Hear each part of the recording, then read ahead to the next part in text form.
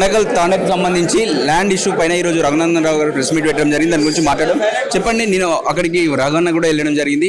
నిజంగా అక్కడ వీళ్ళందరూ భూములు గుంజుకున్నారు, కొట్టుకునే పరిస్థితి కూడా చూస్తున్నాం. మీరు దీనిపైన ఏమంటారు? సో రాష్ట్ర ప్రభుత్వం కళ్ళుండి చూడలేనటువంటి కబోదిలాగా ఒక మంత్రి కబ్జా చేస్తూ ఉంటే చూసి చూడనట్టు నటించడం అనేది బాధాకరం.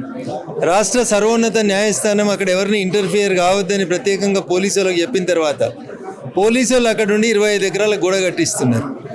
తప్పు చేసినటువంటి రెవెన్యూ అధికారులని శిక్షించకుండా తప్పుడు రికార్డులు సృష్టించి తప్పుడు వ్యక్తులకి భూములు ఇవ్వడమే కాకుండా ఆ భూమినే నమ్ముకొని జల్ జంగల్ జమీన్ మాదని కొట్లాడిన కొమరం భీం వారసులైనటువంటి మా గిరిజన బిడ్డల మీద ఇల్లీగల్గా కేసులు పెట్టడాన్ని, కబ్జాలు ఇప్పేయడాన్ని నిరసిస్తూ రేపు నేను గిరిజనులతో కలిసి సంఘటనా స్థలానికి వెళ్తాను. రాష్ట్ర డీజీపీ గారు గిరిజనులను కాపాడుతారా? లగచర్లలో లాఠీచార్జ్ చేసి రిమాండ్ చేసినట్టు చేస్తారా? ఏం చేద్దాం అనుకుంటున్నారు? ఈ రాష్ట్రంలో మరో లగచర్ల రేపు కావాలని కోరుకుంటున్నారా? వెల్మెల గ్రామం అనేది వాళ్ళ ఇష్టం. ఖచ్చితంగా రేపు లగచర్లలో జరిగినట్టు జరగొద్దని మేము కోరుకుంటున్నాం. ప్రజల పక్షాన ఉండాలని పోలీసులకు కోరుతున్నాం. అయ్యా ముఖ్యమంత్రి గారు, మీ మంత్రుల్ని నియంత్రించండి.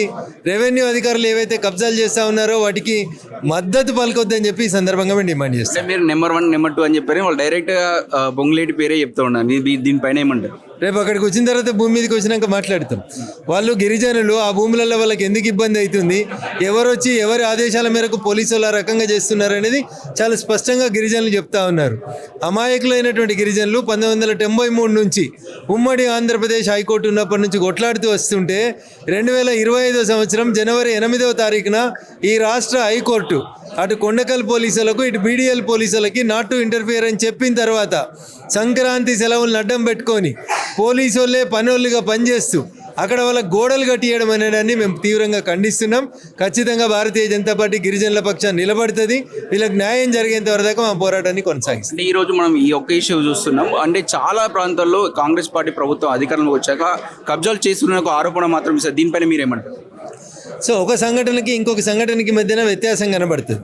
కొన్ని చోట్ల కబ్జాలు జరుగుతూ ఉన్నాయి, కొన్ని చోట్ల ఇట్లా బిలాదాకల భూములు, ఎవరికి ఓనర్షిప్ లేనటువంటి భూములకి మేమే ఓనర్లమని కొత్త డాక్యుమెంట్లు క్రియేట్ చేసుకోవడం, అటు టీఆర్ఎస్ గవర్నమెంట్లో ఇటు కాంగ్రెస్ గవర్నమెంట్లో కూడా గవర్నమెంట్కి దగ్గర ఉన్నటువంటి కొంతమంది పారిశ్రామికవేత్తల కొల్యూజన్ తోటి ఈ భూములు కబ్జా జరుగుతుందనేది చాలా స్పష్టంగా తెలుస్తున్నటువంటి అంశం. గత ప్రభుత్వంలో ఉన్నటువంటి పెద్దలు దాని వెనుక నడిపించారు. ఇప్పుడు ఈ ప్రభుత్వం వస్తే మళ్ళీ చేంజ్ చేసి ఒక ప్రభుత్వం చేంజ్ అని కానీ మళ్ళీ మనుషులు మాత్రం సేమ్ మళ్ళీ అదే నడిపిస్తున్నారు. దీనిపైన మీరు ఏమంటారు? డబ్బు ఉన్నవాడు అందరికీ చుట్టం అవుతాడు, పేదోడికి అందరికీ శత్రువులాగానే కనబడుతుంటారు. అందుకని డబ్బు ఉన్నప్పుడు టీఆర్ఎస్లో నడిపించుకున్నారు, అదే డబ్బు ఇప్పుడు కాంగ్రెస్లో కూడా పెట్టి వాళ్ళు నడిపించుకుంటా ఉన్నారు అనేది నా అభిప్రాయం.